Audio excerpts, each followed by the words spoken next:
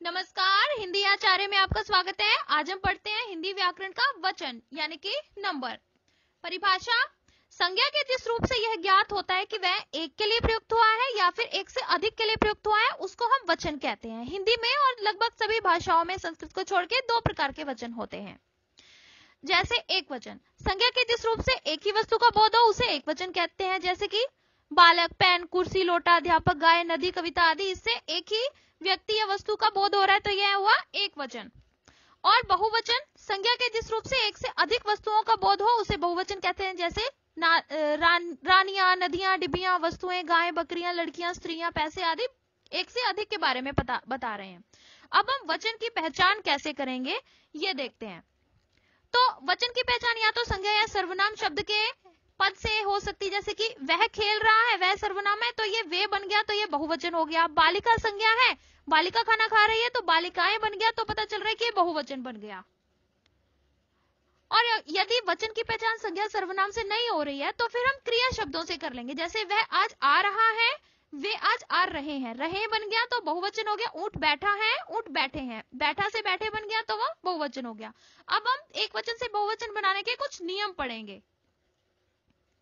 अगर आकारांत पुल्लिंग शब्द हैं तो उनका बहुवचन बनाने के लिए अंत में आ के स्थान पर ए बन जाता है। जैसे कि इरादा है तो इरादे बन गया, रास्ता है रास्ते, बच्चा बच्चे, वादा वादे, गधा गधे, पंखा पंखे, बेटा बेटे, लड़का लड़के आदि।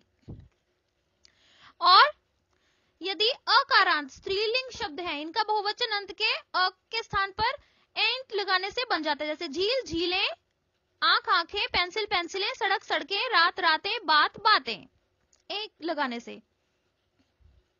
फिर इकारांत और ईकारांत संज्ञाओं के ई को रिस्व करके अंत्य स्वर के पश्चात यहाँ लगाने से बहुवचन बनता है। जैसे रानी रानियां, लिपि लिपियां, टोपी टोपियां, सखी सखियां, नीति नीतियां, बकरी बकरियां, गाड़ी गाड़ियां, नदी नदियां, निधि निधियां, जाति जातियां, लड़की लड़कियां, थाली थालियां, शक्ति शक्तियां, स्त्री स्त्रियां। फिर आ के अंत वाले स्त्रीलिंग शब्दों में अंत में आ के स्थान पर ए जोड़ने से बहुवचन बनाया जाता है। जैसे कि बाला बालाएं, सेना सेनाएं, कविता कविताएं, माता माताएं, सभा सभाएं, गाथा गाथाएं, लता लताएं, जटा जटाएं। फिर कुछ आकारांत शब्दों के अंत में अनुनासिक लगाने से भी बहुवचन बन जाता है। जैसे कि बिटिया बिटियां, खटिया खटियां, डिबिया डिबियां, बिंदिया बिंदिया, चूहिया चूहिया, कुतिया कुतिया, चिड़िया चिड़िया, गुड़िया गुड़िया, बुढ़िया बुढ़िया, इससे भी बहुवचन बनाएंगे। फिर अकारांत और आकारांत पुल्लिंग व ईकारांत स्त्रीलिंग के अंत में ओ जोड़कर भी बहुवचन बनाया जाता है। जैसे कि साल सालों, बहन बहनों, बरस बरसों, राजा राजाओं, घंटा घंटों, सदी सदियों, दुकान दुकानों, देवता देवताओं, महीना महीनों, विद्वान विद्वानों, मित्र मित्रों।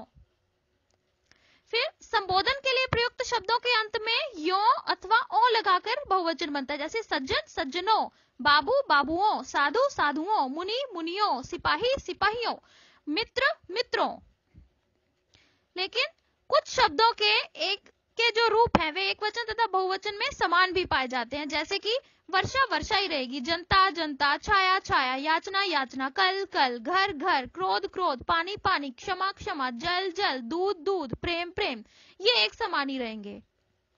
फिर कुछ विशेष शब्दों के बहुवचन अलग भी होते हैं। जैसे हक हकूक बन जाता है, हाकिम हुक्काम, खबर खबरात, कायदा कवायद, काश्तकार काश्तरान, जौहर जवाहिर, अमीर उमरा, कागज कागजात, मकान मकानात, ख्याल ख्यालात, तारीख तारीख, तरफ।